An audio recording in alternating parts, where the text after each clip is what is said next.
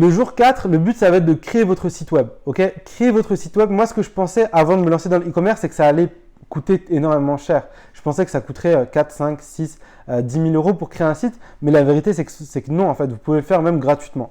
Il y a plein de sites que vous pouvez utiliser. Ça dépend de votre thématique. Moi, je connais Wix, je connais Squarespace. Il y a WordPress, Shopify. Vous pouvez utiliser ClickFunnels, System.io. Je pense qu'au début, le but, c'est de rester simple et rapide. Donc, vous pouvez utiliser Wix, vous pouvez utiliser Squarespace, qui est très bien, si vous voulez vendre des services. Par contre, si vous voulez vendre des produits, dans un premier temps, je vous recommande Shopify. Shopify, c'est très, très simple à utiliser pour créer un site web. Et plus tard, quand vous allez vouloir passer sur vraiment un produit ou un service qui est très, très qualifié, qui va vous demander du temps, passez sur WordPress. Pareil, si vous voulez faire du blogging, WordPress, c'est parfait. Vous pouvez regarder ce qui est le plus intéressant pour vous en termes de coût et de maniabilité, mais en général, ça tourne autour de 15-30 $ par mois. C'est pas si cher que ça pour commencer une activité en ligne et surtout, ça professionnalise votre activité, la vente de votre service ou la vente de votre produit. Donc voilà, la mise en place du site. Moi, comment je le vois, au début, on a dit le but, c'est de ne pas perdre de temps, de faire les choses simples. 3 ou 4 pages. Vous allez dans la homepage, dans la page principale, indiquer ce que vous offrez. Donc, si vous vendez des cours de mathématiques, la méthode antiscolaire pour réussir le bac en 2020. Okay. Ensuite, vous allez passer à la page service. Donc, ce que vous proposez, les tarifs et les bénéfices de votre service ou de votre produit. Si vous voulez faire de la prestation de service sur les ongles, donc faire les ongles de femmes ou d'hommes, vous allez tout simplement expliquer qui vous êtes. Mais d'abord, vous allez expliquer le problème principal. Le problème principal pour les ongles, c'est le tarif et aller en institut. Ça peut coûter très cher. Donc, arrêtez d'aller aux instituts de beauté pour faire vos ongles. Je m'appelle tatati tatata, j'ai 20 ans et je suis une professionnelle sur Rennes ou sur Abu Dhabi pour faire vos ongles. Et vous allez expliquer votre parcours. J'ai fait un bac, tac, tac, tac, tac. J'ai fait tac, tac, tac, tac. J'ai travaillé dans tel salon, tel salon, tel salon. Et je suis très qualifié pour faire les ongles. Je connais toutes les méthodes. Vous énoncez un peu de méthode et vous laissez le suspense. Une petite photo de vous qui est sympa. Et là, c'est parfait. Le but vraiment, c'est d'expliquer comment vous êtes devenu qualifié pour vendre ce produit ou vendre ce service. Qu'est-ce qui vous a motivé aussi pour ça? Et à la fin, vous allez mettre un contact us. Donc, nous contacter. Où vous allez mettre l'email, le numéro de téléphone, le lien Calendly si vous voulez, le WhatsApp, le Facebook, ce que vous voulez. Si vous voulez par exemple une banque d'images, parce qu'il faut savoir une chose, c'est que les images ont une propriété. Si vous avez besoin d'images, que ce soit sur un ballon de foot ou un stade de foot ou je ne sais pas, peu importe, vous avez des sites que je vais vous mettre encore en bas, donc Pexel, Pixabay par exemple, mais je vais vous mettre la liste tout en bas. Et ça, c'est des sites qui sont tout simplement sans copyright, donc vous n'avez pas de propriété, vous pouvez les utiliser sur votre site sans problème. Le jour 5, vous allez vous focus sur comment vous allez recevoir les paiements. Donc bien sûr, créer un business, c'est top. Créer un site, c'est super bien. Créer un logo, ça peut être marrant et c'est parfait, ok? Mais le but, voilà, c'est de faire quand même de l'argent. Et pour faire de l'argent, il faut savoir récupérer les paiements. Donc, il y a plusieurs solutions en fait pour récupérer les paiements et effectuer la facturation. Vous avez PayPal. PayPal, tout le monde connaît. Ça rassure les clients, vous pouvez l'utiliser. Les frais sont de 3,9% sur chaque transaction, quelque chose comme ça. Mais c'est super facile. Vous avez juste à télécharger une app, payer, vous pouvez utiliser la carte bancaire, etc.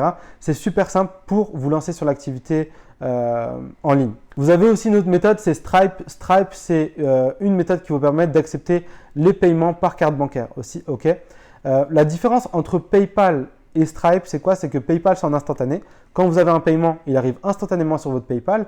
Stripe, la différence, c'est que quand quelqu'un va effectuer un paiement sur votre site par rapport à votre produit ou votre service, vous allez recevoir l'argent une semaine après. Et Stripe coûte moins cher que PayPal. Je crois que Stripe, c'est en France 1,9% plus 25 centimes si je ne me trompe pas. À vérifier, c'est moins cher que PayPal, ça c'est sûr, mais c'est une très très bonne solution. Donc Stripe couplé à PayPal, c'est parfait.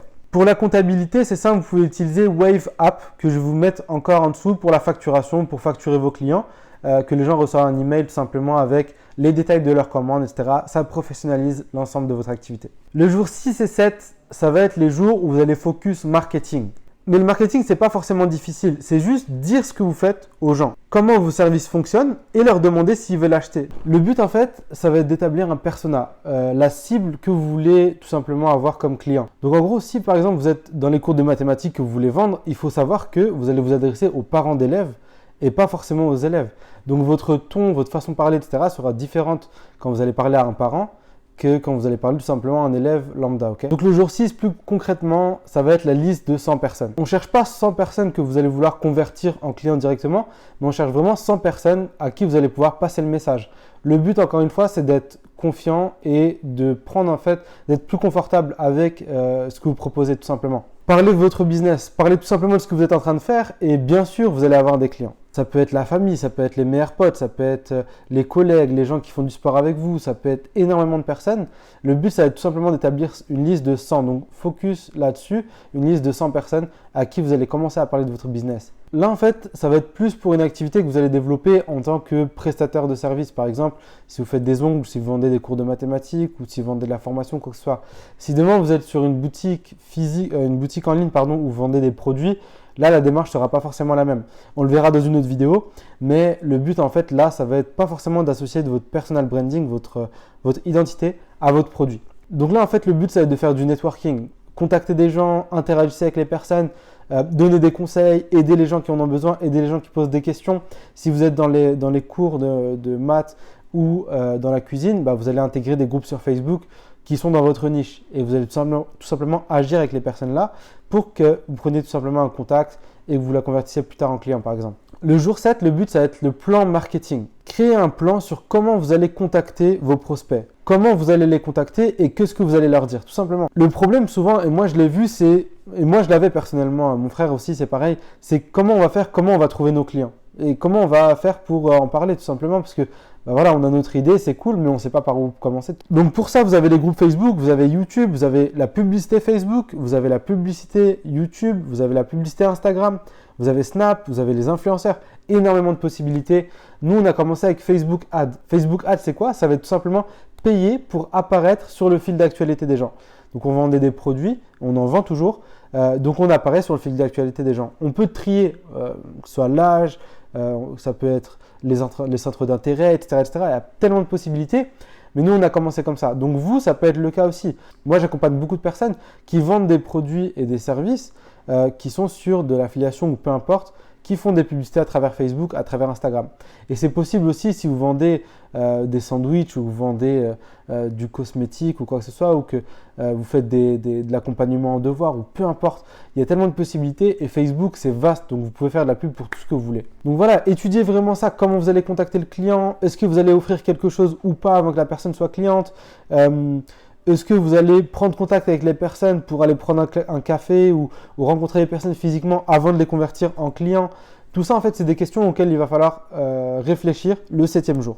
Donc voilà, ça, c'est les étapes simples à mettre en place pour cette semaine pour lancer votre activité. Je sais qu'il y a beaucoup de personnes qui vont avoir peur, qui vont se dire « ouais, mais… » etc.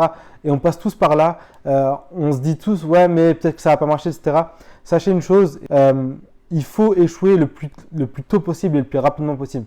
Il n'y a que ça en fait qui va vous faire réussir. On ne parle pas forcément de 1 000 euros, 2 000 euros, 3 000 euros par jour, quand bien même c'est faisable, c'est largement atteignable. Mais on parle de 100, 200, 300, même 50 euros par jour. C'est largement possible à travers les réseaux sociaux, à travers un business de vente de produits ou de services. Donc sachez-le, il faut échouer. Nous, on a échoué, on a dépensé, on a pris une formation qui coûtait plus de 2 000 euros, on a dépensé plus de 1 000 euros en pub, on a fait 300 euros de chiffre d'affaires, on était clairement en perte. Aujourd'hui, on fait des journées qui sont très, très, très rentables. Et voilà, on profite, on accompagne des gens qui sont en train de faire la même chose et ça, c'est top.